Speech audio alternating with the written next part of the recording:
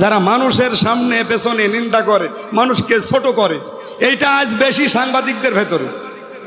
মানুষকে ছোট করার জন্য ওরা উঠে পড়ে লাগে, অথচ নুন অল কলামি ওমা ইয়াসতুরুন, আল্লাহ বলছেন কলমের কসম, এই কলম দিয়ে সাংবাদিকরা যেটা লেখে ওই লিখিত জিনিসেরও কসম। উল্টা পাল্টা লিখে যাবেন, একজন মানুষ কালার হয়ে যাবে, আপনি মনে করছেন মাপ পাবেন, জীবনেও না। ওয়াইন্না লাকা লা আজরান গায়রা মামনুন, ওয়াইন্না লাকা লা আজরান। হে নবী, এই সংবাদ প্রচার করতে গিয়ে, কোরআনের বাণী প্রচার করতে গিয়ে আপনি তো বিভিন্ন সময় যন্ত্রণা পোহান, বিভিন্ন সময় বাধার সম্মুখীন হন, আপনার কষ্ট হয়। আমি আল্লাহ বলছি লা আজরান, অবশ্যই পুরস্কার দেব, গায়রা মামনুন, চিরস্থায়ী নিরবিচ্ছিন্ন পুরস্কার। সুতরাং সাংবাদিকতায় যারা আছেন, আল্লাহর দিন প্রচারে যারা আমরা আছি, সত্য প্রতিষ্ঠা সত্য প্রচারে যারা আছি, বাধার সম্মুখীন হই না হই না? কথা বলেন, কথা বলেন। আমার কুষ্টিয়ার সাংবাদিক রফিকুল্লাহ কালবি, পরে কারা যেন পিটিয়ে এই রগ পর্যন্ত ছিঁড়ে গেছে খাবারে, খাদ্য নালী। এই কাজকে আমরা ধিক্কার জানাচ্ছি, যারাই করেছেন, নিন্দনীয় কাজ এটা। আপনি সত্য সংবাদগুলো, সত্য কথাগুলো, পৃথিবীতে কোরআন হাদিসের ওপর আর সত্য কথা আছে, এই কথাগুলো প্রচার করতে গিয়ে যে কষ্ট পোহান আপনি, যে যন্ত্রণা সহ্য করেন, এর জন্য আমি আল্লাহ আপনাকে নিরবিচ্ছিন্ন পুরস্কার দেব। সুতরাং এটা শুধু নবীর জন্যই না, কিয়ামত পর্যন্ত যারা সত্যকে তুলে ধরতে গিয়ে বাধার সম্মুখীন হবেন, বাধার প্রাচীর সামনে আসবে, তারপরেও এগিয়ে যাবে, আপনার পুরস্কার দেবে কে? পুরস্কার কতটুকু? লা আজরান গায়রা মামনুন, নিরবিচ্ছিন্ন। এ শুরু হবে আর শেষ নেই। সুতরাং আজ যারা সত্যের পক্ষে থেকে কষ্ট পাচ্ছি, আমরা সত্য কথা বলতে গিয়ে, সত্য প্রচার করতে গিয়ে আমরা চিন্তা করি না। আপনারা যারা আমাদের কালার করতে চান, চরিত্র নিয়ে নিন্দা করেন, বিভিন্ন সময় কথাবার্তারা কাটিং করি, আপনি জবাবদিহির আওতায় আসবেন আল্লাহর কাছে। আল্লাহ আপনাকে ধমক দিচ্ছে, ওয়াইলুল লিকুল্লি হুমাযাতিল লুমাযা। আপনি সামনে হয় মানুষকে ছোট করেন, নাই পেছনে মানুষকে ছোট করেন। এই কথা বলেন না কেন? ও নওগাঁবাসী, ও বাংলার মানুষেরা, আজ বাংলাদেশে শুধু টুপি মাথায় দেয় যারা, তারা যদি এবার বলে আমরা এই দেশে ইসলাম কায়েম করব, সম্ভব না। টুপি যারা মাথায় দেন না, তাদেরও ইসমাইলের ভূমিকায় আসা লাগবে। দায়িত্বশীল যারা আমাদের আছে, তাদের ইব্রাহিমের ভূমিকায় লেখা রাখবে। আমরা যারা জনগণ আছি 18 কোটি, আমরা ইসমাইলের ভূমিকায় এবার আসতে চাই। আল্লাহর বিধান এবার আমরা আল্লাহর বিধান সংশোধন নিতে যারা দায়িত্বে থাকবে, তারা ইব্রাহিম। আমরা যারা সংশোধন করার জন্যে, আমরা যারা আল্লাহর বিধান পালন করার জন্যে নাড়াচাড়া দেবতা, আমরা ইসমাইল।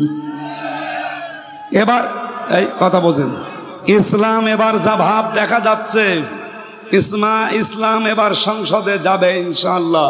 হয় আপনাকে নিয়ে যাবে, না আপনাকে রেখে যাবে। আপনি যদি আসতে চান সাথে আসেন, না আপনাকে রেখে ইসলাম যাবে। হ্যাঁ, কথা বলেন না কেন?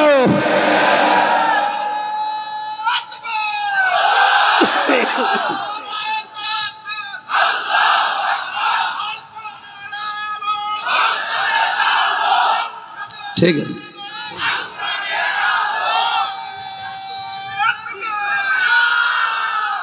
আমার ভাইরা, ইসলাম এবার যদি সত্যি জায়গা মতো চলে যায়, আপনি যদি পেছনে থাকেন, আপনার কপাল পোড়া। আমি বললাম না, ইসলাম যাবে, হয় আপনাকে নিয়ে যাবে সাথে করে, না আপনাকে রেখে যাবে। এখন আপনার সিদ্ধান্ত কি করবেন দেখেন। ফালাম্মা আসলামা, খেলা করার জন্য আল্লাহ দেয়নি। এটা শুধু ইব্রাহিম ইসমাইলের ব্যাপার না, কোরআন আমাদের উপরে দিয়েছেন আল্লাহ। কিয়ামত পর্যন্ত ইব্রাহিমের ভূমিকায় কেউ যদি আসতে চায়, মাস্ট বি আল্লাহ ইসমাইল তার সাথে দিয়ে দেবে। এবার আমরা দেখতে পাচ্ছি এদেশে আল্লাহর একামতে দিন যারা কায়েম করতে চায়, এরা কিন্তু ইব্রাহিমের ভূমিকায় চলে এসেছে। তারা বহু কোরবানি দিয়েছে জীবনে, নিজে ফাঁসির দড়িতে, আর ছেলে গেছে আয়না ঘরে। ব্যারিস্টার আরমান এবং তার বাবা এর সাক্ষী। কথা বলছেন না কেন? এরা যদি ইসমাইলের ভূমিকায়, ইব্রাহিমের ভূমিকায় আসতে পারে, কি হয়েছে জনগণ আপনাদের? এবার ইসমাইলের ভূমিকায় আসা যাবে না? আল্লাহ তখন ডাক দেবে, অনাদাইনাহু আইয়া ইব্রাহিম।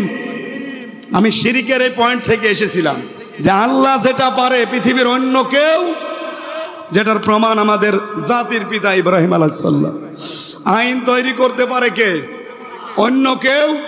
সুতরাং মানুষের তৈরি করা আইনের পেছনে যারা আছেন আপনি মুশরিক, আর ব্যাখ্যা করার দরকার নেই। এই বাংলাদেশে আল্লাহর দিন কায়েমের জন্য, ইসলাম কায়েমের জন্য যারা আছে এরা আল্লাহর দল, আর মানুষের তৈরি করা আইন যারা কায়েমের জন্য কাজ করে সে যে দলের লোক হোক ও শয়তানের দল। যান কোন ফতোয়া কার কাছে নেবেন নিয়ে আসেন। ওয়াইলুন দিয়েছেন আল্লাহ, ধ্বংস, সাবধান, দুর্ভোগ, চিরস্থায়ীভাবে বরবাদ হয়ে যাবে। লিকুল্লি, প্রত্যেকটি মানুষ, হমাজাতিল লোমাজা। আল্লাহ যদি এখানে আলিফ লাম না দিত আমি আপনাকে জীবনেও বলতাম না হিন্দু ধর্ম ত্যাগ করেন, খ্রিস্টান ধর্ম ত্যাগ করেন, যে কোনো আদর্শ ধর্ম মেনে নিলে আপনি পেয়ে যেতেন জান্নাত। আল্লাহ আর এক জায়গায় দিয়েছেন, অমাইয়া বতাগি গায়রাল ইসলামি দীনান ফালাই ইউকবালা মিন হুয়া ফিল আখিরাতি মিনাল খাসিরিন। এ পৃথিবীতে ইসলাম বাদ দিয়ে যদি অন্য কোনো নিয়ম নীতি দিয়ে কেউ আল্লাহকে পেতে চায়, জীবনেও তার কোনো কিছু আল্লাহ কবুল করছে না, করবেও না। তাহলে ইসলাম বাদ দিয়ে কেউ যদি বিয়ে করে, ও বিয়ে হয়েছে? বলেন বলেন। বিয়ে হওয়ার আগে যদি সন্তান হয় ওটা যার সন্তান? কথা বলেন না কেন? এই হিসাবে তো পৃথিবীতে ইসলাম বাদ দিয়ে যত বিয়ে হচ্ছে ওটা তো বিয়ে না, কি বলেন না কেন? কারণ ফালাই ইউকবালা মিন, জীবনেও কবুল হবে না আপনার বিয়ে। বিয়েও ধর্মের ভেতরে নেই, আছে মানে আন-নিকাহু মিন সুন্নতি, বিবাহ করা আমার আদর্শ, আমার সুন্নাহ। ফামান রাকিবান সুন্নতি ফালাইসা মিন্নি, কেউ যদি আমার সুন্নতকে ছেড়ে দেয় সে আমার দল থেকে বের হয়ে যায়। তাহলে বিবাহ করা যদি আপনি ধর্ম মনে করেন, সুন্নাত মনে করেন, ইবাদত মনে করেন, বিবাহের পরে যেটা আছে এই কাজগুলোকেও আপনাকে সুন্নাত ইবাদত মনে করা লাগবে। কথা বলেন না কেন? বিয়ে করলে একটা সংসার হয়, তাহলে ইসলাম বাদ দিয়ে যারা বিয়ে করছেন ওটা কিন্তু বিয়ে হয়নি। আমি বাকিটা বলতে পারছি না কারণ একটু গভীরে নামলে আবার এরা কাটসাট করে দেখা যাচ্ছে টাকার বানিয়ে দেবে। এই বাংলায় বললাম না প্রথমে, থক্কু দরকার নেই, কিন্তু এইটাই বাস্তব। আমি সবটা না বললেও অর্ধেক বলেছি। জ্ঞানী যারা বুঝে ফেলেছেন ইসলাম বাদ দিয়ে বিয়ে হয় না, ইসলাম বাদ দিয়ে ব্যবসা হয় না, ইসলাম বাদ দিয়ে রাজনীতি হয় না। এবার জায়গা মতো হাত পড়িয়েছি। হ্যাঁ আমি জানি তো। বলেন তো, আমি এটা কিছুক্ষণ আগে টয়লেটে গিয়েছিলাম, বাম পা দিয়ে প্রবেশ করে আল্লাহুম্মা ইন্নী আউযু বিকা মিনাল খুবুসি ওয়াল খাবাইস, এটা পড়েছি। 4-5 মিনিট কাজ শেষ করে যখন বের হলাম ডান পা দিয়ে গফরানাক বললাম, হে আল্লাহ আমাকে মাফ করে দাও। আলহামদুলিল্লাহিল্লাযী আযহাবা আন্নিল আযা ওয়া আফানি, প্রশংসা করছে তোমার কারণ একটা গন্ধ এবং কষ্টদায়ক জিনিস আমার থেকে বের করে দিলে। এই যে আমি 8-10 মিনিট এখানে যাই সময় কাটিয়েছি, আমার পুরাটা কি ইবাদত। এই কথা বলা লাগবে, আরো জোরে বলুন। আপনি এই যে বিবাহ করার পরে বাসর রাত্রে সন্তান জন্ম দেবেন, সন্তান জন্ম দেওয়ার সময় একটা দোয়া পড়া লাগে, নবীজির সুন্নাহ, বিসমিল্লাহি আল্লাহুম্মা জান্নিবনাশ শাইতান ওয়া জান্নিবিশ শাইতান মা রাযাকতানা। হে আল্লাহ, আমি তোমার নামে শুরু করছি আজকের সংসার। আমার এই সংসারের মাধ্যমে যেই সন্তানাদি তুমি আমাকে দেবে সেগুলো শয়তান থেকে বাঁচাও এবং কি আমাদের দুইজনকেও বাঁচাও। এখানে যে রিজিক আল্লাহর কাছে আপনি চেয়েছেন এটা কোনো খাবারের জিনিস না, এটা সন্তান। এটা কি বলেন বলেন? আপনার ছেলে মেয়ে কয়টা?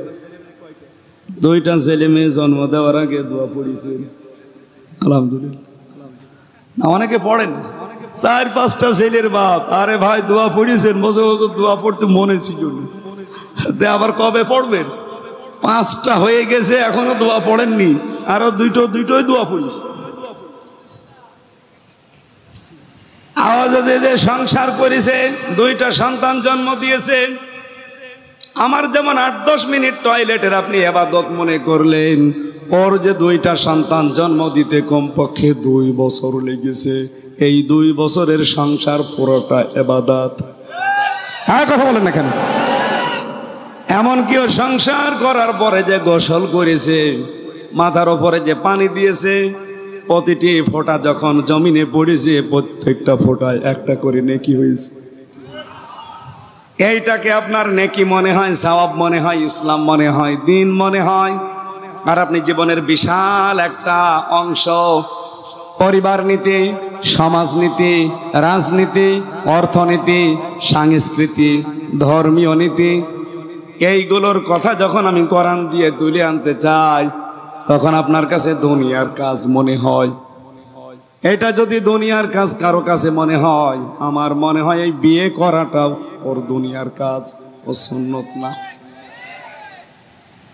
আমি আবার বলছি, ইসলাম বাদ দিয়ে আপনার বিয়ে না, ইসলাম বাদ দিয়ে আপনার ব্যবসা না, ইসলাম বাদ দিয়ে আপনার রাজনীতি না, ইসলাম বাদ দিয়ে আপনার দেশ না।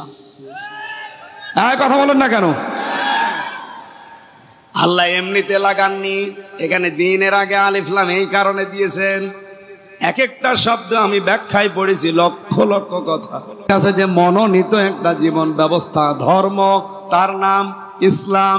ইসলাম যে কবুল করে তাকে আমরা বলি মুসলিম। ইসলাম শব্দটা যদি আপনি জবর দিয়ে পড়েন, সালমন মানে শান্তি, যদি জের দিয়ে পড়েন সিলমন মানে ইসলাম। কোরআনে কারিমে আল্লাহ এই সিন জের দিয়ে পড়েছেন, ইয়া আইয়ুহাল্লাযীনা আমানু দুখুলু ফিস-সিলমি কাফা। ঈমানদারেরা তোমরা পরিপূর্ণভাবে ইসলামে প্রবেশ করো। তাহলে পায়খানা করা, বিয়ে করা, এটা যদি আপনার কাছে দিন মনে হয়, ব্যবসা করা, রাজনীতি করা, সমাজনীতি করাও দিন মনে হওয়া লাগবে। এটা যদি কেউ পার্থক্য করেন কি হবে জানেন? এই বলবো, আফাতুমিনুনা বিবাযিল কিতাবি ওয়া তাকফুরুনা বিবাদ। আমি আল্লাহ যে বিধান দিলাম কিছু মানবে আর কিছু যদি ছেড়ে দাও, কিছু যদি অস্বীকার করো, গোপন করে রাখো, যেহেতু এখানে তাকফুরুন আছে, কেউ যদি বাদ দিয়ে দেয় কিছু আর কিছু গ্রহণ করে, টয়লেটটা গ্রহণ করে, বিয়েটা গ্রহণ করে, কিন্তু ব্যবসাটা গ্রহণ করে না, রাজনীতি গ্রহণ করে না, আন্তর্জাতিক নীতি গ্রহণ করে না, আল্লাহ পাক বলেন কি হবে তাদের? ফামা ইয়াফআলু যালিকা মিনকুম ইল্লা খিজিয়ুন ফিল হায়াতিদ দুনিয়া ওয়া ইয়াউমাল কিয়ামাতি ইউরাদ্দুনা ইলা আশাদ্দিল আযাব। দুনিয়ার জীবনে আমি লাঞ্ছনা, গঞ্জনা, অপমান, অপদস্থ, এটা আমি ভরিয়ে দেব তোদের জীবনে।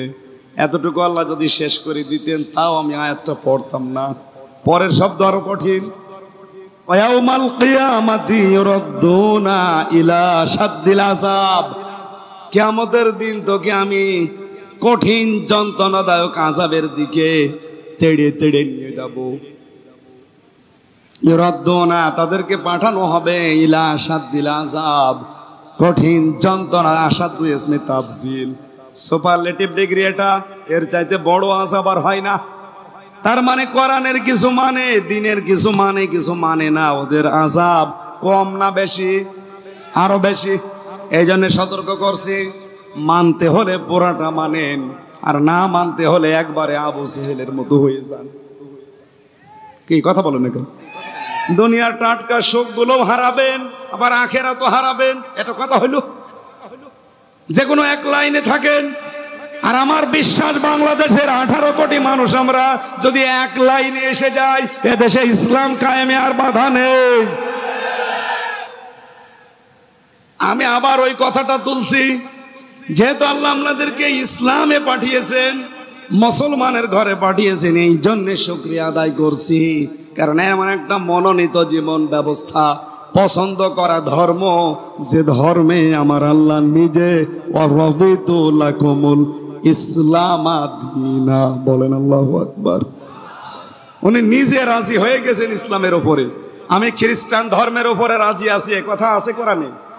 আমি ইহুদি ধর্মের উপরে রাজি আছি, এ কথা আছে। আমি হিন্দু ধর্মের উপরে রাজি আছি, এ কথা আছে। অন্য ধর্মে যদি কেউ থাকেন তাকে আহ্বান জানাবো, পৃথিবীর সর্বশ্রেষ্ঠ এবং সর্বশেষ গ্রন্থ হেদায়েতের গ্রন্থ, এটা পড়েন। আপনার বিবেকের 100 ভাগের 1 ভাগ কাজে লাগলে আপনি মুসলমান হয়ে যাবেন, আশা করি ইনশাআল্লাহ। কলেজের এক অধ্যাপক, যশোরের বিসিএস ক্যাডার, ওনারে বলেছিলাম, স্যার আপনাকে মুসলমান হওয়া লাগবে না, আপনি শুধু আমাদের ধর্মীয় গ্রন্থ একটু বুঝে বুঝে পড়বেন। 3 মাস সময় দিলাম। আপনি হয়তো আরবি পড়তে পারেন না, বাংলায় পড়েন, ইংরেজিতে পড়েন, 3 মাস একটু বুঝে পড়বেন, আমি আপনাকে জিজ্ঞাসা করব। আল্লাহর বান্দা 3 মাস পরে নিজের থেকেই মুসলমান হয়ে গেছে। এই জন্য বলছি, অন্য ধর্মে আপনি থাকতেই পারেন না যদি কোরআনের কাছে আপনি আসতে পারেন। একটু পড়েন বুঝে। লরেন বুথ, টনি বেলাওয়ারের শালিকা, খ্রিস্টান মহিলা, কোরআনে পড়তে এসে 53 জায়গায় ভুল ধরেছিল, সর্বশেষ নিজের জীবনের ভুল ধরে মুসলমান হয়ে গেছে। আর আমরা কোন ধর্ম থেকে আসা লাগে না, একবারে জন্মসূত্রে বাপদাদার কাছ থেকে আমরা মুসলমান। শুধু বড় হলে একটু আগা কাটা লাগে, কিছু তাও কাটা নেই। এই যে এটার কাটা নেই এখনো, এটা মুসলমানে দিয়েছে, এটা দেয়নি এখনো, দিয়েছে? ঠিক আছে, তাহলে এখানে হিন্দু একটাও নেই, সব মুসলমান আমরা। এই জন্য খুশি হয়ে বলেন আলহামদুলিল্লাহ। দরুদ পড়ছি, সালাম পাঠাচ্ছি আমাদের নবী মুহাম্মদ রাসূলুল্লাহ সাল্লাল্লাহু আলাইহি ওয়াসাল্লামের প্রতি। আমার দায়িত্ব কিন্তু জোর করে আপনাকে হেদায়েত দেওয়া না, এটা আমারে আল্লাহ দেয়নি, নবীকেও দেয়নি। আমার দায়িত্ব কি? ফাইন্নামা আলাইকাল বালাগ ওয়া আলাইনাল হিসাব। হে নবী, আপনি পৌঁছিয়ে দেন, এটা আপনার দায়িত্ব, আর আমি আল্লাহর দায়িত্ব ওদের হিসাব নেওয়া। সুতরাং আমার কথা হচ্ছে পৌঁছিয়ে দেওয়া, আর আপনার দায়িত্ব কিন্তু আল্লাহর। আল্লাহর সামনে আপনাকেও দাঁড়ানো লাগবে, আমারেও দাঁড়ানো লাগবে। আজকে যে কথা বলবো আমার আলোচনার বিষয়, আপনারা জানেন, পরিচিত একটা সূরা পড়েছি, 3টা আয়াত। মানে 3 প্রকার মানুষকে আল্লাহ ধমক দিয়েছেন। কয় প্রকার? আপনি এই 3 প্রকারের ভেতরে যদি থাকেন, এখনই পাল্টিয়ে যাবেন। আল্লাহ ধমক দিচ্ছেন, আপনি টের পাচ্ছেন? প্রধানমন্ত্রীর ধমক শুনলে অনেকে প্রসাব করে ফেলতো। আল্লাহ ধমক দিচ্ছেন, আল্লাহ হুমকি দিচ্ছেন, ধামকি দিচ্ছেন। যে 3 প্রকার মানুষকে আল্লাহ হুমকি দিয়েছেন, ধমক দিয়েছেন, আমরা যেন নারী পুরুষ কেউ এর ভেতরে না থাকি। যদি থেকে থাকি, এক্ষুনি আজকে পাল্টিয়ে যাব ইনশাআল্লাহ। যে কথা তুলেছিলাম আগে, কথাটা শেষ করি। আমার দায়িত্ব প্রচার করা, আর আপনার কি আপনার হিসাব নেওয়ার দায়িত্ব কার?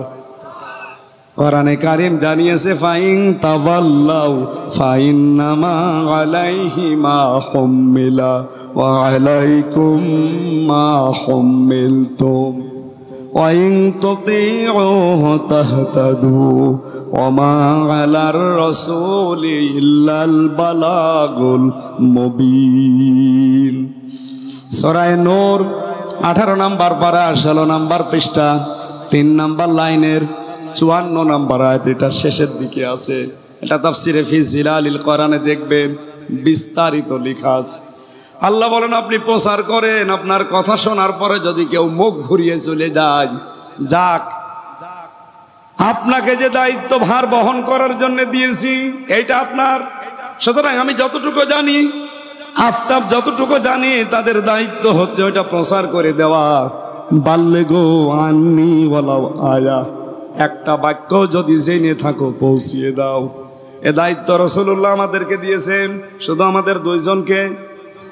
বলেন নবীজি এখানে বাল্লিক বলেন নাই, বাল্লিগু বহু বচন। এ বাল্লিগু বহু বচনের ভেতরে যদি এই হাফ তাপ থাকে, আমির হামজা থাকে, আপনিও আছে। আমরা নবীর উম্মত, আপনি নবীর উম্মত না, এই কথা বলেন না কেন? আজ সবাই মিলে প্রচার করার দায়িত্ব নেন, যে যতটুকু জানেন আননি আমার পক্ষ থেকে ওয়ালাউ আয়া, যদি একটা আয়াত আপনার জানা থাকে। আমার হাদিস পড়ার পরে মনে হয় বাংলাদেশে সবাই যদি এই দায়িত্বটা নিজের কাঁধে তুলে নিতাম, যেমন মা হুম্মিলতুম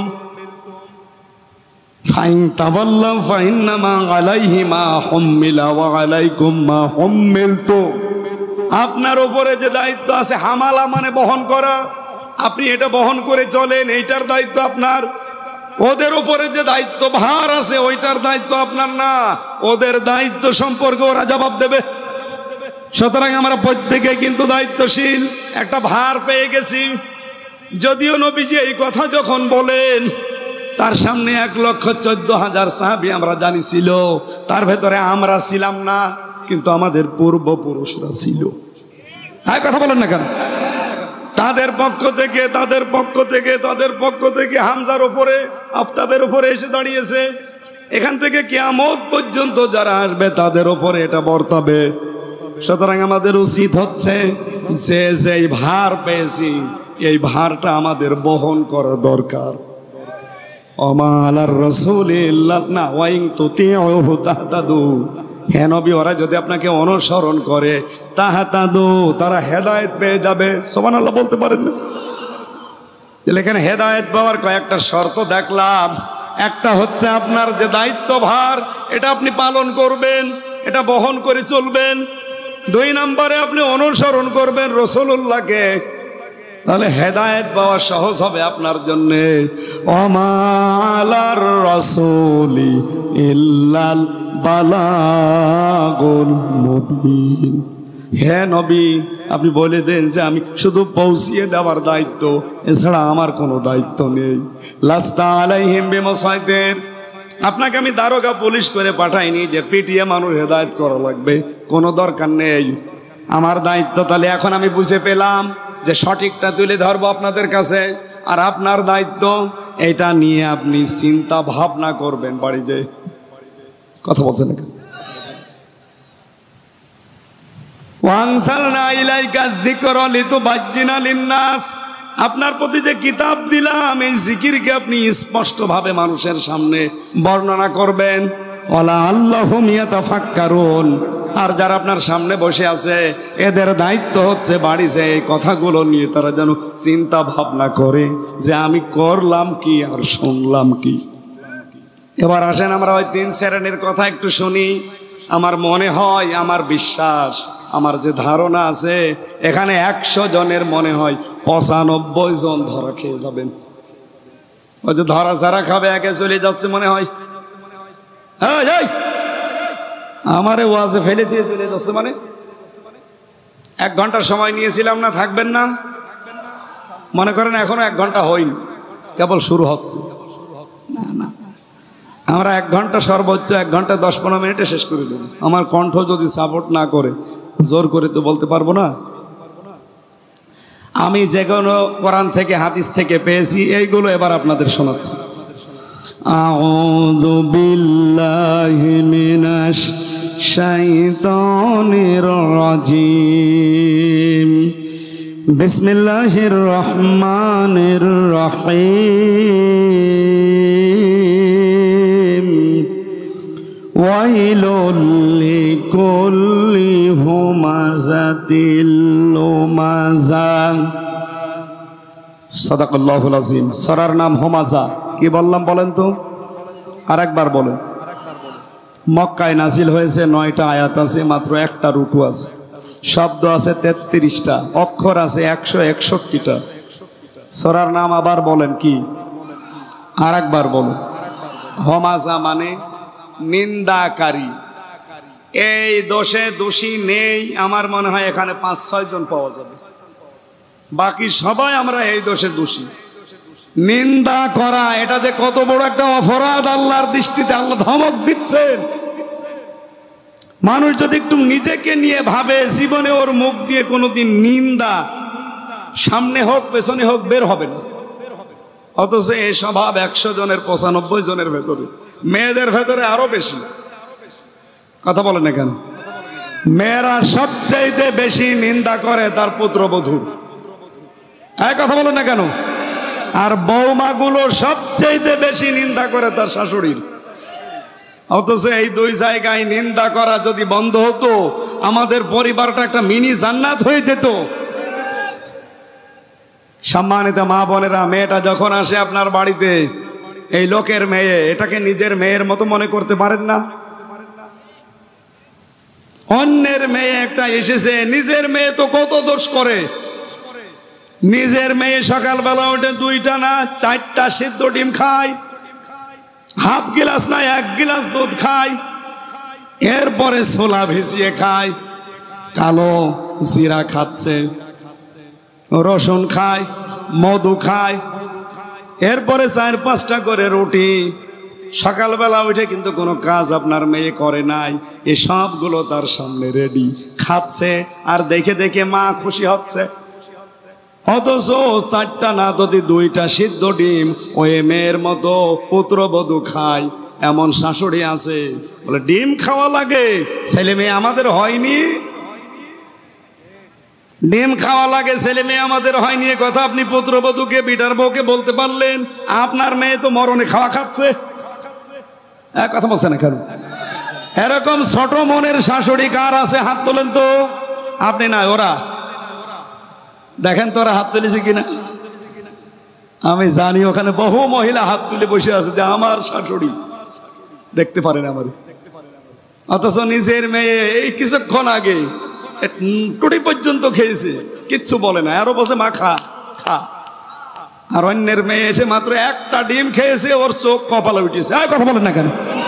এই ছোট মনের কারণেই তো পরিবার আজ নষ্ট হয়ে যাচ্ছে। বাস্তব কথা বলছি। আমার শালা আজকে আমার সাথে এসেছে, আমি তাই বলছি তা না, সত্যি। যে কোরআন শরীফ আমার সামনে। আমার শ্বশুর বাড়ি চুয়াডাঙ্গায়। আমার শাশুড়ি বাড়ি গেলে আমারে যে পরিমাণে খাওয়ায়, যত রকমের আইটেম দেয়, আমি যত খাই আমার শাশুড়ি তত খুশি। কি কথা বলছেন কেন? আপনারা বলবেন কি করে? আপনি তো দেখেন, আমি নিজেই বলছি ঠিক। আমি যত বেশি খাবো আমার শাশুড়ি তত খুশি। কিন্তু সিস্টেম অপর পৃষ্ঠায় দেখেন, আমার শাশুড়ির এই মেয়েটা আমার বাড়িতে যেটা আছে, এটা আমার মা যে খাবার বানাবে, বেশি খেলে আমার মা খুশি না বেজার। এরকম হাজারো মা আছে যাদের মন ছোট। এটা ছোট মনের মানুষ। অনেক মেয়েরা মনে করে শুধু নামাজ পড়া, রোজা রাখা আর কালো বোরকা পরে ঘুর ঘুর করে ঘুরি, বিশাল ইবাদত। কে বলিস আপনাকে? পারিবারিক জীবনে পুত্রবধূকে নিজের মেয়ের মতো মনে করা শাশুড়ির জন্য ইবাদত, আর শাশুড়িকে নিজের মায়ের মতো মনে করা ইবাদত পুত্রবধূর জন্য। এটা আজ বাংলাদেশের 100টা পরিবারের 98টা পরিবারে নেই। এই কথা বলেন না কেন? এই কারণে আমরা মিনি জাহান্নামে আছি আজ। আপনি বললেও ঠিক, না বললেও ঠিক, কারণ চেহারা দেখে তো আমি টের পাচ্ছি। আজ মানসিক যন্ত্রণায় আছে হাজারো মানুষ আমরা। সম্মানিত মা বোন যারা এসেছেন, শুধু ওয়াজ শুনতে আসা না। আমি জানি আপনি বদদুয়া করবেন, এখন করেন, আপনার বদদুয়া কাজে লাগবে না। আপনাকে আমি পরিবর্তনের জন্য হাতে পায়ে ধরে আহ্বান জানাচ্ছি। আপনার কারণে আজ হাজারো আফতাবের মতো, হামজার মতো মানুষ অসুস্থ হয়ে যাচ্ছে, মানসিক রোগী। আমরা কিছু বলতেও পারি না, সইতেও পারি না। এরকম পরিবার দেশে নেই। তো মনটা একটু উদার করলে আমাদের এই চিন্তা করা লাগে না। আমি বউ শাশুড়ির ভেতরে যত মিল, মহাব্বত, ভালোবাসা, মমতাময়ী মা এবং পুত্রবধূর মতো আচরণ দেখতে পারবো, আমরা তত সুস্থ থাকতে পারবো। এই স্বামীগুলো বলেন তো ঠিক কিনা? হাত তোলেন, স্বামী যারা হাত তোলেন। এই ভিডিও ওইদিকে মারো, ও মহিলা প্যান্ডেলে যারা বসে আছে দেখো, তোলেন হাত। স্বামী কারা আছেন? বিয়ে না করে আবার হাত তোলার দরকার নেই। আলহামদুলিল্লাহ। সম্মানিত মা বোনেরা, আপনার ওয়াজ শেষ, এরপরেও যদি আপনার পরিবর্তন না আসে, যদি মনে করেন শুধু নামাজ পড়া ইবাদত, রোজা করা ইবাদত, আর কারো বোরকা পরা ইবাদত, আরে ওয়াকুলু লিন্নাসে, হাসি মুখে কথা বলো ইবাদত।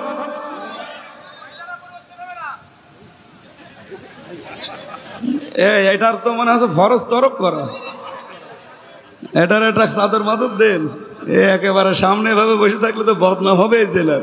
এটা রেকর্ড হচ্ছে। ও পাগল, পাগল হলেও তো ঢেকে রাখার দরকার, এটা তো ফরজ। চাদর মাদর থাকলে দেন, তো ঢেকে বসুক। আমার ভাইরা এবার আসেন সূরা হুমাযা। কয়টা অক্ষর আছে বলেন তো? আরে পাগল তো গাছে ধরে না দেখছি। 131টা শব্দ আছে, 33টা। মক্কায় নাজিল হয়েছে, 9টা আয়াত আছে, মাত্র একটা রুকুতে আল্লাহ শেষ করে দিয়েছেন। আমার তেলাওয়াত কিন্তু আয়াত মাত্র 3টা। আল্লাহ এই 3 প্রকার মানুষকে দুনিয়ায় ধমকি দিয়েছেন ও হুমকি দিয়েছেন। আল্লাহ বলেন ওয়াইলুন, ধমক, আমি ধমক দিচ্ছি, দুর্ভোগ, নিশ্চিত ধ্বংস, চিরস্থায়ী ভাবে এই মানুষগুলো বরবাদ, এমন একটা অর্থ দাঁড়ায়। আর একটা তাফসিরে দেখেছি ওয়াইলুন শব্দের শাব্দিক অর্থ হচ্ছে এটা জাহান্নামের একটা পাহাড়ের নাম। কোন কোন তাফসিরে মুফাসসিরিন কিরাম লিখেছেন ওয়াইলুন একটা গর্ত, এটা ওয়াইল নামক একটা গর্ত। দুনিয়ায় যারা নামাজ পড়ে আল্লাহ তাদেরকে এই ওয়াইল নামক দোজখে দেবে। প্রশ্ন আসতে পারে নামাজ আজকে থেকে তাহলে বাদ দিয়ে দিলাম না। কোরআনে কারীম থেকে বলছি ফাওয়াইলুল লিল মুসাল্লিন আল্লাযীনা হুম আন সালাতিহিম সাহুন। ওই মানুষগুলোর জন্য আক্ষেপ, আফসোস, ধ্বংস হয়ে যা করা, এমন করে ওয়াইল নামক দোজখে যাবে যারা মুসল্লি, যারা নামাজ পড়ে। কোন নামাজি? যারা নামাজ সম্পর্কে উদাসীন। এই সাহুনের ব্যাখ্যায় 19টা অর্থ পেয়েছি আমি। প্রথম অর্থ হচ্ছে সাহুনে যেই মানুষগুলো ট্রেনিং নেয়, এই ট্রেনিং তাদের জীবনে কাজে লাগে না। সাহুনের ট্রেনিং কি? আফতাব মনে করেন আপনাদের এই মসজিদের খতিব, এই আত্রাই মসজিদের জন্য ওনাকে আপনারা ইমাম নিয়েছেন। ওনার মাথা থেকে পা পর্যন্ত আপনারা দেখবেন, এমনকি ওনার বউ পর্দায় থাকে কিনা তাও দেখবেন। কথা বলেন না কেন? আপনি কি বুঝলেন এখান থেকে? মাত্র 500, 600, 1000 মানুষের নামাজ পড়াবে, তারপরেও তো মসজিদের সব কর্তৃত্ব তার না। এমনকি মসজিদের দান বাক্সর চাবিও তাকে দেয় না, ওটা ক্যাশিয়ারের কাছে রাখে। মসজিদের দান বাক্সর চাবি কোনোদিন ইমামের হাতে দেয়? আমি পাইনি, ক্যাশিয়ার রাখে। ওনার দায়িত্ব শুধু নামাজ পড়ানো, এই শেষ। ওনার কথাও কেউ মানতে চায় না। ইমাম মানে যদিও নেতা, কিন্তু এখন বাংলাদেশে ইমাম মানে খেতা, যে সে পেড়ে বসে। এতটুকু একটা ইমাম নিতে গিয়ে যদি মাথা থেকে পা পর্যন্ত দেখা লাগে, এমন কোনার বউ পর্যন্ত মানে পর্দায় থাকে কিনা দেখা লাগে। ওনার হাতে মাসের পরে মাস, বছরের পরে বছর কোনো টাকা আসবে না, বাজেট আসবে না। কিন্তু এই যে চেয়ারম্যান পাশে বসে আছে, ওখান থেকে শুরু করে উপজেলা চেয়ারম্যান, মেয়র, এমপি, মন্ত্রী, এদের কাছে কোটি কোটি টাকার বাজেট আসবে রাস্তার। কথা বলেন না কেন? আমার মনে হয় এই জায়গায় সাহুনের ব্যাখ্যা যদি ভালোভাবে করতে চান, তাহলে আফতাবের চাইতে এই চেয়ারম্যান, মেম্বার, উপজেলা চেয়ারম্যান, মেয়র, এমপি, মন্ত্রী, এদের চরিত্র এর চাইতে 100 গুণ ভালো হওয়া লাগবে। এইটা নামাজের শিক্ষা ছিল 1 নাম্বার। এরকম 18টা 19টা শিক্ষা, একটা আপনি নেন না। আর আপনি সাহুন নামাজের ভেতরে পড়ছেন, আপনি নিজেই তো সাহুনে যেই বসে আছে। এখানে নামাজ পড়লেও জাহান্নামে যাওয়া লাগবে ওই নামাজিগুলো যারা নামাজের শিক্ষা নিতে চায় না। আর আমার যতটুকু বাস্তবতা দেখা, 100 জনের 98 জন নামাজি এই শিক্ষাটা নেয় না, শুধু নামাজ পড়ি বাড়ি চলে যায়। আশা করছি এবার আমরা এই শিক্ষাটা বাস্তব জীবনে লাগাতে চাই কাজে। মসজিদের ইমামের চাইতে আমাদের নেতাগুলো হবে 100 ভাগ চরিত্রবান। আপনি আজ পর্যন্ত শুনেছেন আফতাব কোনদিন চাঁদাবাজি করেছে? কথা বলেন, কথা বলেন। একজন ইমাম যদি চাঁদাবাজ না হয়, একজন নেতা চাঁদাবাজ হবে আর তার পেছনে আপনি থাকবেন, আপনি কিসের নামাজি? আপনার জন্যই মনে আছে আয়াতটা নাযিল হয়েছে, ফাওয়াইলুল লিল মুসাল্লিন। ও মরুক, ওই মুসল্লিগুলোর জন্য আক্ষেপ আফসোস, ধ্বংস হয়ে যাক। আল্লাযীনা হুম আন সালাতিহিম সাহুন। কোরআন শরীফ পড়তে গিয়ে আমি কয়েক জায়গায় পেয়েছি। 2 নম্বরে পেয়েছি সূরা মুতাফফিফিনে, ওয়াইলুল লিল মুতাফফিফিন। আল্লাহ বলেন ধ্বংস হয়ে যাক ওই দোকানদারগুলো যারা ওজনে কম বেশি করে, নেওয়ার সময় বেশি নেয়, দেওয়ার সময় কম দেয়। এ বাংলাদেশে নেই। 3 নম্বরে পেয়েছি সূরা মুরসালাতের ভেতরে, ওয়াইলু ইয়াউমাইযিল লিল মুকাজ্জিবিন। ধ্বংস হয়ে যাক ওই মানুষগুলো যারা মিথ্যাবাদী। কিয়ামতের দিন এদের জন্য আল্লাহ ধ্বংস কামনা করছেন। 4 নম্বরে পেয়েছি সূরা হামিম সাজদায়, ফাওয়াইলুল লিল মুশরিকিন। যারা শিরিক করে এই মানুষগুলোর জন্য আল্লাহ বলেন ধ্বংস হয়ে যাক। বলেন নাউজুবিল্লাহ। আমি এই শব্দটা যখন এসেছে আমি এক কথা একটা জবাব দিতে চাই, কেউ আবার গায়ে পেতে নেবেন না। মুশরিক এত নিকৃষ্ট এই শব্দটা আল্লাহর কাছে। পৃথিবীর কোন গুনার পরিচয় দিতে গিয়ে আমার আল্লাহ কিন্তু ইন্নাস শিরকা লা যুলমুন আযীম বলেন নাই, কিন্তু এই গুনাহটা বলতে গিয়ে বলেন ইন্নাস শিরকা লা যুলমুন আযীম। শিরিক আমার আল্লাহর কাছে মস্ত বড় অপরাধ। এত বড় অপরাধ পৃথিবীতে আর হয় না। এখন এই শিরিক আমরা করছি কিনা দেখেন তো। আল্লাহ যেটা পারে ওইটা অন্য কেউ পারে, এই বিশ্বাস করার নাম শিরিক। এবার আপনি বলেন, নিজের ভেতরে এই দোষ থাকলে আপনি পাল্টাবেন। আল্লাহ যেটা পারে পৃথিবীর অন্য কেউ, আরো জোরে বলেন, সন্তান দিতে পারে একমাত্র কে? অন্য কেউ পারে। অন্য কেউ যে পারে না তার প্রমাণ কি? আমি কয়েকদিন আগে বগুড়াতে একটা অনুষ্ঠানে গিয়েছিলাম। এক লোক এসে দেখছে আপেল নিয়ে বলছে, হুজুর আপেল পড়িয়ে দেন। কেন? বলছে বারবার আমার শুধু মেয়ে হয়, ছেলে হয় না। এমন ভাবে আপেল পড়বেন যেন ছেলে হয়। আপেল আমি পড়েছিলাম ও সূরা ফাতিহা দিয়ে ফেলে দিলাম। আপেল কই? ফেলে দিয়েছি। কেন? আরে ভাই, আপেল পড়ে যদি ছেলে হইতো ওতে আমার ম্যাডামের 3টে মেয়ে হইতো না। আমারই পরপর 3টা মেয়ে। যদি আপেল পড়ায় এত শক্তি এত ক্ষমতা আমার থাকতো, ম্যাডামরা শুধু আপেল খাওয়াতাম।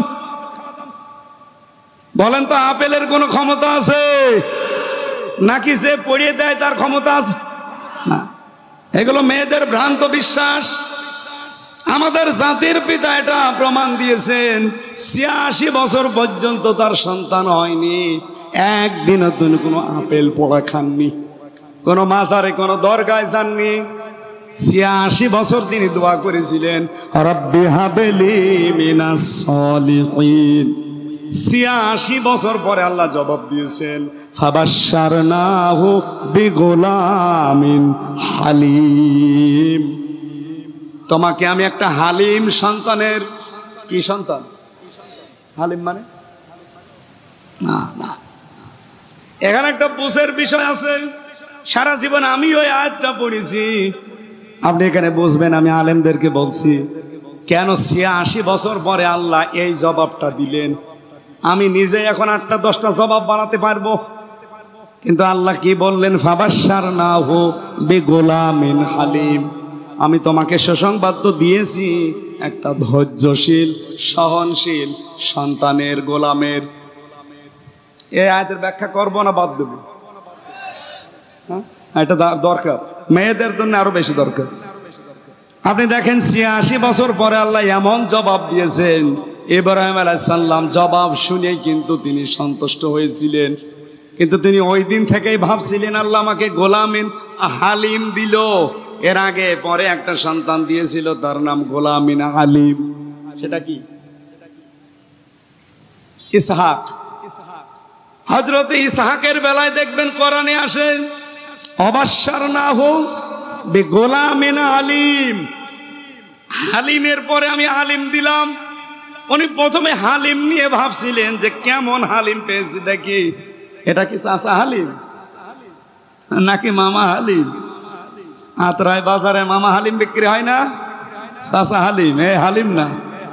উনি ওই দিন থেকে 13 বছর পর্যন্ত একাধারে চেষ্টা করেছিলেন। এটা তাফসিরে ফি জিলালিল কোরআনে পাবেন, টিকার ভেতরে। আপনারা শুনছেন না? শুনতেছেন? 13 বছর পরে আল্লাহ তাকে একটা স্বপ্ন দেখিয়েছিলেন। আল্লাহ পাক বলেন তাকে আমি স্বপ্ন দেখালাম, ফালাম্মা বালাগা মাআহু সাআয়া ক্বালা ইয়া বুনাইয়া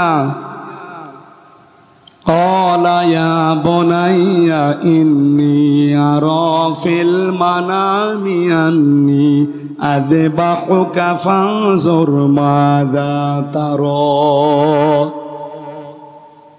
সে সন্তানটা যখন 13 বছর, কেউ লিখেছে 11 বছর, আমি 13 বছরই ধরলাম, এইটার পক্ষে বেশি মত আছে।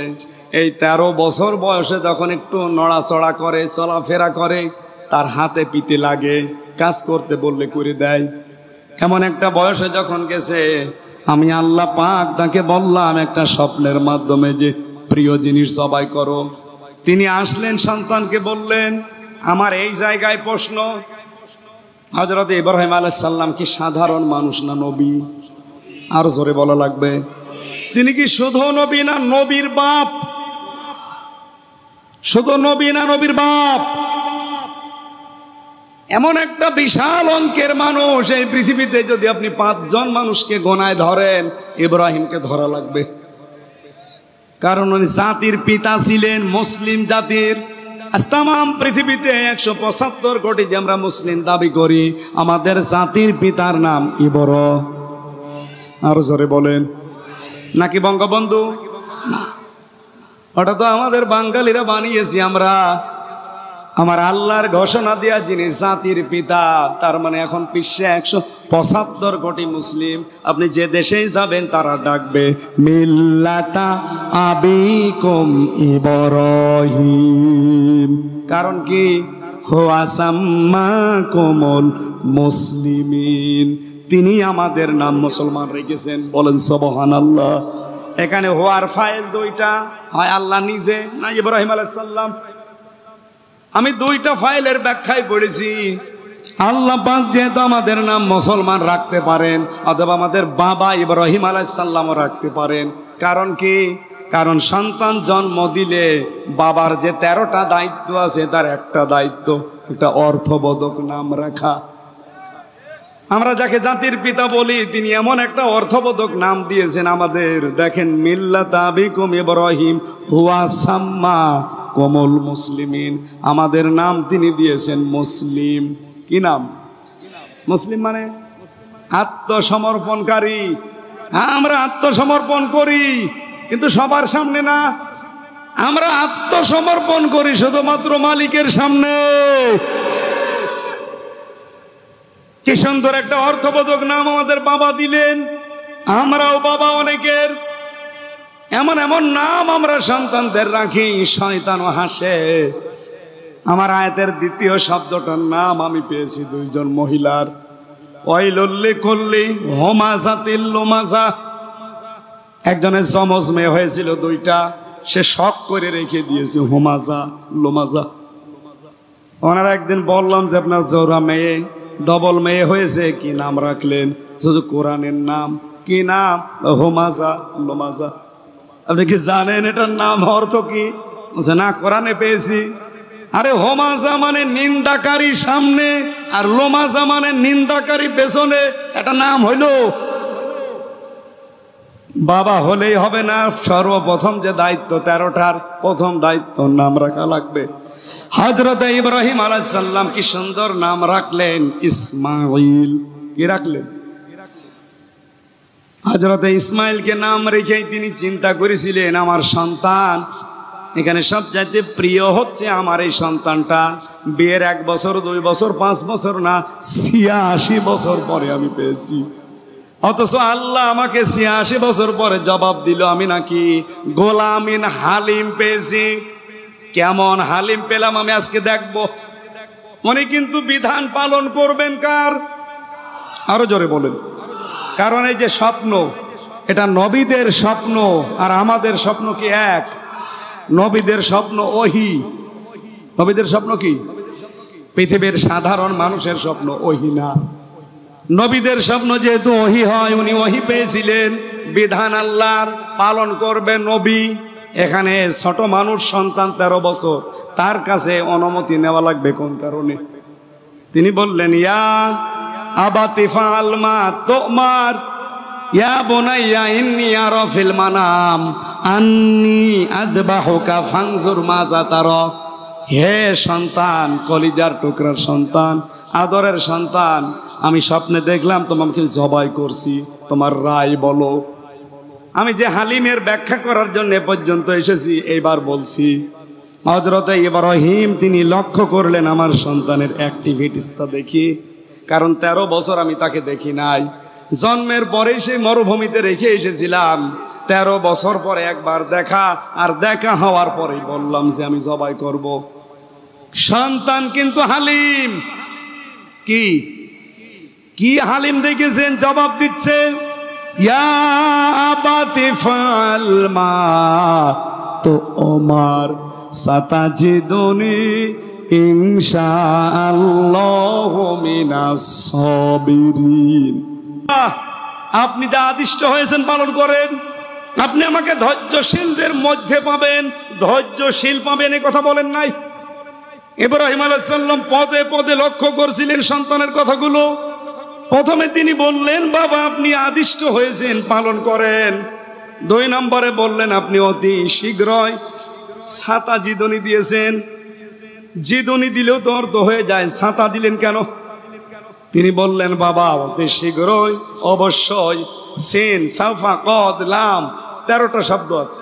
কোন সেন্টেন্সের আগে আসলে অর্থ হয় খুব তাড়াতাড়ি বা অতি শীঘ্রই, অবশ্যই। হে বাবা আপনি আমাকে পাবেন, ধৈর্যশীল না, তাহলে সবের বলতেন, সবিরিন, আপনি আমাকে ধৈর্যশীলদের মধ্যে পাবেন। তার মানে আমার ভেতরে কোনো অহংকার নেই। আমার মতো বহু ধৈর্যশীল দুনিয়ায় আছে, তাদের ভেতরে আমিও একজন, আমি অহংকার মুক্ত। সুবহানাল্লাহ বলতে পারেন? ইব্রাহিম আলাইহিস সালাম এইটা দেখছিলেন যে কেমন হালিম। দেখেন তো, কথা বলতে গিয়ে কত মেপে মেপে কথা বলে সন্তান আমার। তিনি খুশি হয়ে গেলেন, সন্তানকে নিয়ে জবাই করার জন্য তিনি চলেও গিয়েছিলেন। আমার এখানে বলার উদ্দেশ্য ছিল তিনি কেমন হালিম পেয়েছিলেন আপনি চিন্তা করেন। ফালাম্মা দিবসন আসলামা দিবসন ওয়াতাল্লাহু লিল জাবিন। দুইজনেই যখন এগ্রি হয়ে গেছে, রাজি হয়ে গেছে জবাই করার জন্য, আল্লাহ তখন ডাক দিয়েছেন। আমার এখানে প্রশ্ন আছে একটা, আমি জবাব নিতে চাই আত্রাই রানীনগর এলাকার মানুষের কাছে। আল্লাহ পাকের নবী দুইজনই, ইব্রাহিম ইসমাইল, তারা বললেন ফালাম্মা আসলামা। দুইজনেই যখন আসলামা মানে আত্মসমর্পণ করে দিয়েছে, দুইজনে যখন রাজি হয়ে গেছে, এগ্রি হয়ে গেছে, তখন আল্লাহর বিধান পালন করা তাদের দ্বারা সহজ হয়েছে। হ্যাঁ, কথা বলা লাগবে। ইব্রাহিম যদি বলতেন আমি জবাই করব আল্লাহর বিধান, ইসমাইল যদি বলতেন না আমি হব না, পালন হতো।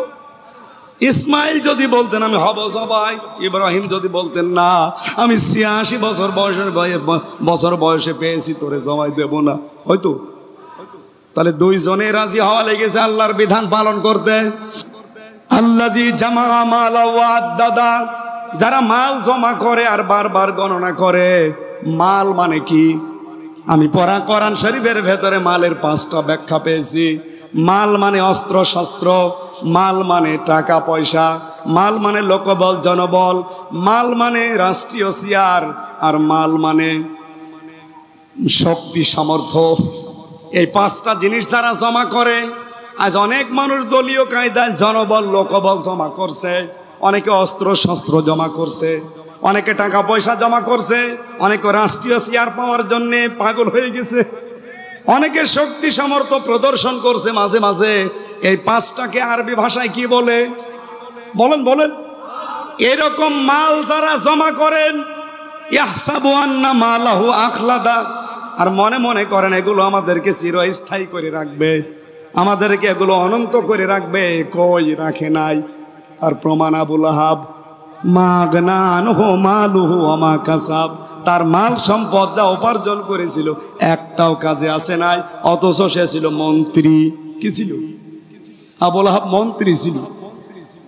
2 নম্বরের উদাহরণ পেয়েছি তাফসিরে, কারণ সূরা কসসের ভেতরে পাবেন রব্বুল আলামিন বলেন, ইন্না কারুনা কানা মিন কওমি মূসা ফাবাগা আলাইহিম ওয়া আতাইনাহু মিনাল কুনুজি মা ইন্না মাফাতিহাহু লাতানু বিল উসবাতি উলিল কুওয়া। কথা বলছি কারণ নিয়ে। সে ছিল মূসার সম্প্রদায়, সে অবাধ্য হয়েছিল, তাকে আমি বহু সম্পদের মালিক বানিয়েছি, এমন এমন সম্পদ দিয়েছিলাম পৃথিবীতে, তাকে একদল যুবক লাগতো শুধু চাবি বহন করতে। এত সম্পদের মালিক হওয়ার পরেও তাকে বাঁচাতে পারে নাই, চিরস্থায়ী করে রাখতে পারে নাই, অমর করে রাখে নাই তার মাল তার সম্পদ। তাফসীর বলছে তাকে এই মাটির ভেতরে আল্লাহ এখনো পর্যন্ত গাড়তেছে, কিয়ামত পর্যন্ত মাটির নিচে ডুবতেই থাকবে। আর যে বালির ভেতরে চিকচিক করে, এইটা নাকি তার মালের এক অংশ। কি সম্পদ দিয়েছিল, কিন্তু তার মাল তাকে স্থায়ী করে রাখে নাই, তাকে এই দুনিয়ায় অমর করে রাখে নাই। যদিও অমর হয়ে আছে কিন্তু ঘৃণিত হয়ে।